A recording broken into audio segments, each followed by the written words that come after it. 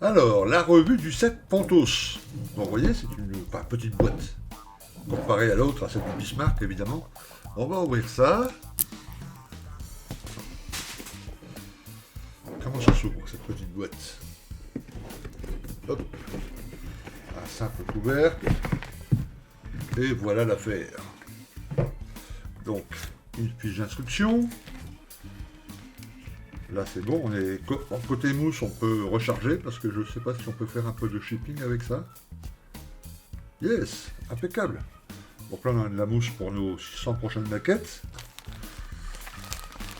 Donc là, toutes les parties en métal, les hélices ici, les mâts, etc., plus de canon, les parties en résine. Encore de la mousse. Donc là, c'est pour les 10 prochaines années, le shipping. La première planche de photodécoupe, enfin les premières planches de photodécoupe, il y en a plusieurs là-dedans. C'est pas mal lourd. Ok. On soulève ça. J'imagine qu'il y a encore de la mousse. C'est parfait. Donc là, on a de la mousse pour les 15 prochaines années. Une planche donc avec les rambardes, que j'essaye de ne pas tordre évidemment. On va regarder son détail. Et puis le fameux pont en bois. Là aussi, on va poser ça bien à plat. Et on va regarder ça ensemble. En plus, on récupère une très jolie boîte. Donc c'est parfait. Ok. Alors, je vous propose qu'on jette un coup d'œil rapide à la notice.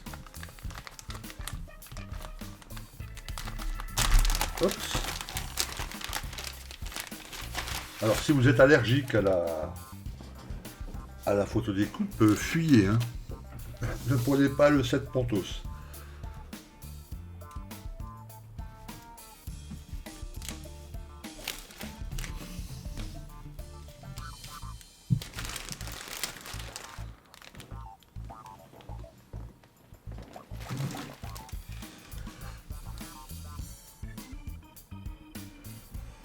Ok, alors, d'abord un résumé de tout ce qu'il y a.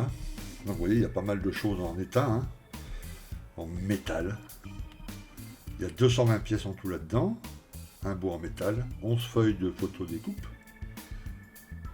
220 pièces en laiton, 22 pièces en résine et 3 vis en métal.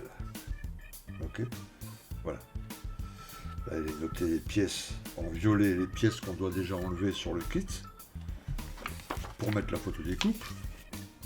Ok. Et ensuite l'installation. Alors, les notices de ce genre, les notices Pontos, elles peuvent sembler très très bordéliques. Elles sont pas. Il manque quelquefois des petites choses.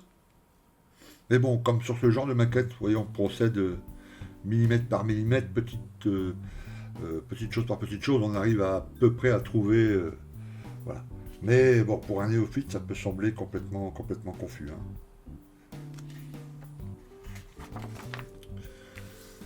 Voilà, ici la catapulte. La mise en place sur le pont supérieur. Voilà, les différentes choses. Donc là, voilà, par rapport au montage, à la notice classique, c'est pour ça que je n'ai pas commencé le Bismarck, évidemment, parce qu'il faut d'abord étudier les deux. La notice du Bismarck et la notice Pontos pour pouvoir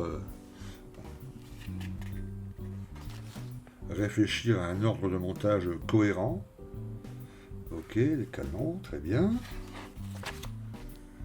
Et puis les passerelles, passerelle par passerelle, il y a plein de petites choses, les radars, les rambardes, les mâts évidemment, les petites échelles, tout ça là, il y a du boulot. Ouh, regardez-moi ça. Alors c'est un vrai ajout, hein, ça ajoute vraiment pas mal de choses. Hein. Mais là, je vous le dis, c'est ouais, un an et demi de travail, hein, c'est pas rien que les petits bateaux là, vous voyez. Comme nous le disait Thomas, allez, voilà, l'intérieur des arados est complètement entièrement en photodécoupe. Hein.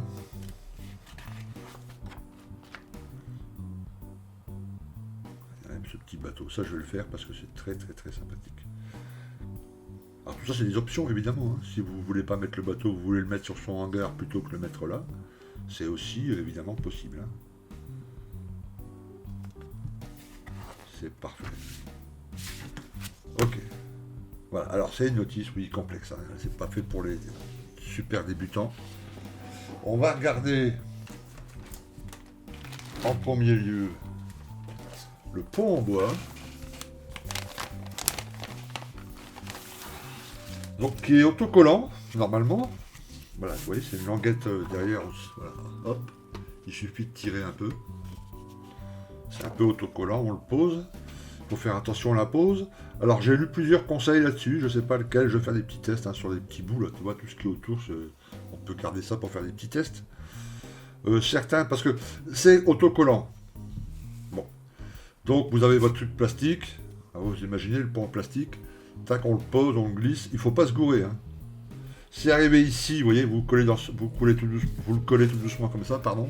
Hop, si arrivé ici, vous vous rendez compte que vous êtes décalé d'1 millimètre, tout redécoller pour le remettre, c'est mort. Hein. Il y a plein de trucs qui vont sauter et tout ça. Donc il ne faut pas se gourer. Donc il y a un type qui donnait un conseil sur le forum de la Royale. J'ai oublié son pseudo, pardon s'il m'écoute. Il conseillait de mouiller légèrement la surface plastique, tu vois, le pont plastique, le mouiller légèrement.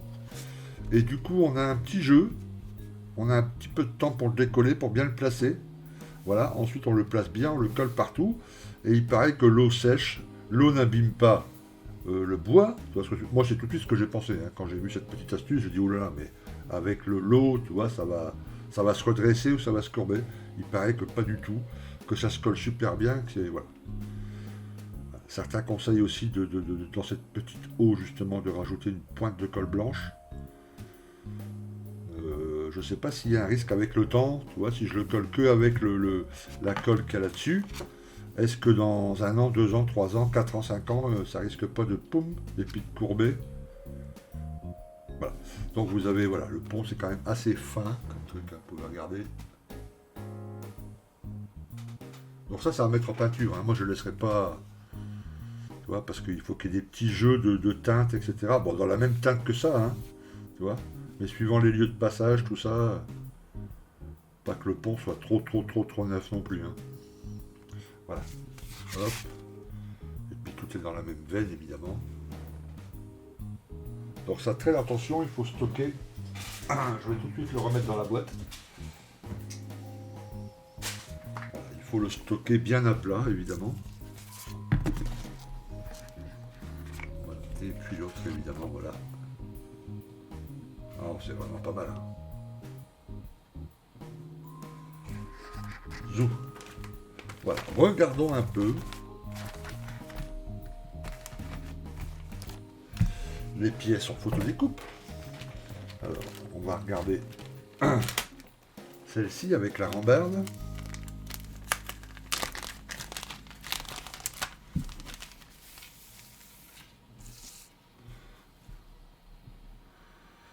Voilà, donc là j'ai une plieuse, moi c'est très bien pour les, tu vois. Parce qu'il y en a qui sont vachement longues, hein. Tu vois, les plus longues vont jusqu'ici, donc elles font tout ça. Donc attention au dégrappage, de ne pas les tordre, etc. C'est extrêmement fin, évidemment. Il y en a plein qu'on va devoir former en courbe pour épouser la forme du pont, enfin, de certains endroits du pont. Donc elle est extrêmement fine. Je vais les dégraisser un tout petit peu. Je ne vais pas les ranger, je vais les poser bien à plat. Et je les dégraisserai tout à l'heure. Ensuite, donc là on a un sachet qui est assez lourd. Avec pas moins de 1, 2, 3, 4, 5, 6, 7, 8, hop, 9, 10 et effectivement avec celle de la rambarde 11. Ok, voilà, donc là vous avez, on va en ouvrir juste une. Il y a tout le tour de l'hublot ici. Là.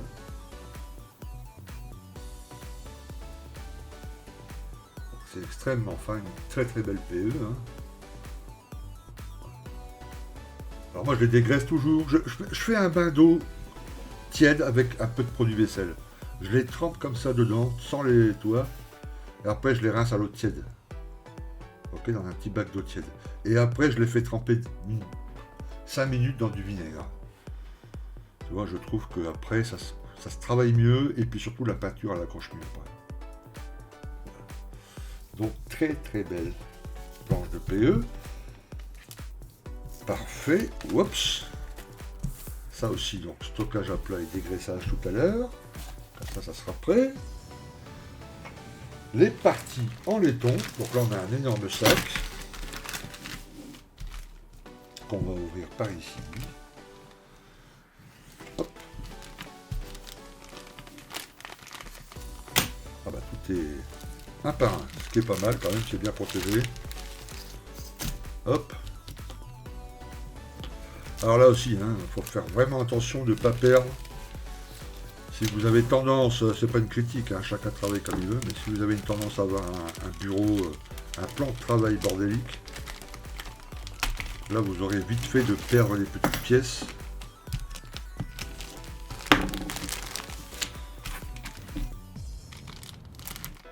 Voilà. Donc les garder au maximum dans leur sachet. Ok. Ou alors vous pouvez vous offrir, parce que sur Amazon, par exemple, ça coûte vraiment pas cher, ce genre de petite boîte. Voilà. Ça, je crois que pour 3 ou 4 boîtes comme ça, c'est moins de 10 euros. Il en existe des plus grandes, des plus longues, enfin toutes les formes que vous pouvez. Vous tapez boîte de rangement sur Amazon et vous en faites rentrer plein quand vous avez des kits comme ça. Voilà, ça vous pouvez stocker vos canons, vos machins, vos pièces et vous ne les perdez pas. Donc on va garder une petite hélice.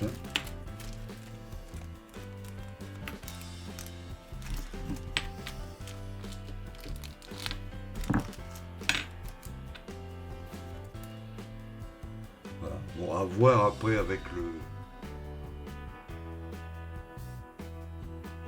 Comparé à la pièce plastique, je crois que c'est Thomas qui a dit qu'il préférait la pièce plastique. À voir, on va regarder ça. Ok. Et puis, ben, on va sortir un canon métal. Après, le reste, c'est... Hop.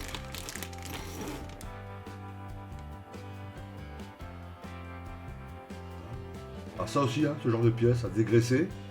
Ok, je l'ai trempé également dans le vinaigre un petit peu. Après. Et puis on passera un primer métal avant de passer une couche de peinture dessus, bien évidemment. Voilà, ça c'est top. Et puis vous avez tous les mâts. Vous avez... ouais, il y a un tas de trucs. Bon, ça par contre les agrafes, c'était peut-être pas utile. Bon, on déballera ça après. Ok. Voilà. Vous voyez, il y a déjà une petite pièce là. Regardez. Alors je sais pas si c'est une pièce ou si c'est une chute de métal. On dirait plutôt une chute de métal. Non, c'est pas une pièce. Parfait. Ok, on va regarder le moulage des résines.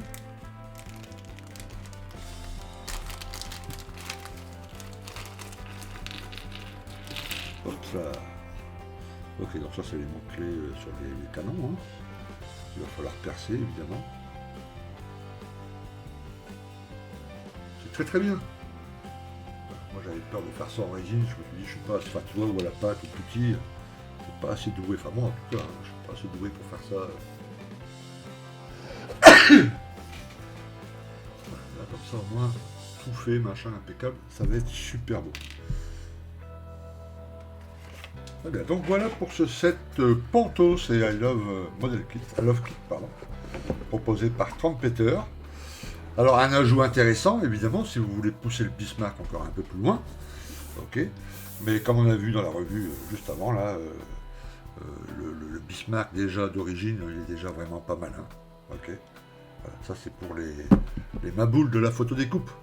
Ok, alors voilà pour la revue du set Update Set Trumpeter, Pantos et I Love Model Kit. Ok. Voilà. Alors partout ailleurs vous irez voir, vous irez jeter un coup d'œil, faites des vérifications, c'est normal. Des comparaisons de prix, mais partout ailleurs, optionnel, machin, c'est autour de 250 € ce kit Update 7. Chez Passion 132, c'est toujours en dessous de 220 €. Je crois que c'est 217,50, quelque chose comme ça. Et si vous avez la carte Plastic Prime, et bien évidemment, ça réduit encore le prix. Donc c'est pas mal, ça vaut le coup. Et si vous n'avez pas la carte Plastic Prime et que vous êtes intéressé par le Bismarck et le set Pantos, en achetant les deux et en prenant la carte Plastic Prime, vous amortissez la carte Plastic Prime, qui coûte 30 €, en un seul achat. Le Bismarck et le 7 Pontos. Ça vaut le coup quand même. Ok. Bon. En tout cas, voilà, comme je vous l'ai expliqué, la boîte du Bismarck en elle-même, il y a déjà un peu de choses de découpe dedans, il y a de quoi faire une belle maquette. Là, c'est pour vraiment, comme j'ai expliqué, les dingues de la photo découpe pour aller encore au-dessus. Si vous êtes allergique à la photo découpe, contentez-vous du Bismarck si ça vous intéresse. Ok. Et puis voilà. Ok. Merci à vous. Merci d'avoir suivi cette revue de boîte. Oui, j'ai oublié de le dire. Il n'y a pas de code hein, pour avoir la réduction. C'est le prix affiché sur page 132, 217,50 € ou 218, je sais plus, un truc comme ça. Voilà. C'est le moins cher du marché. Il n'y a pas moins cher ailleurs. Ok. Très bien. Merci à vous. Et je vous dis à très très très bientôt sur Plastic Dream. A plus. Ciao.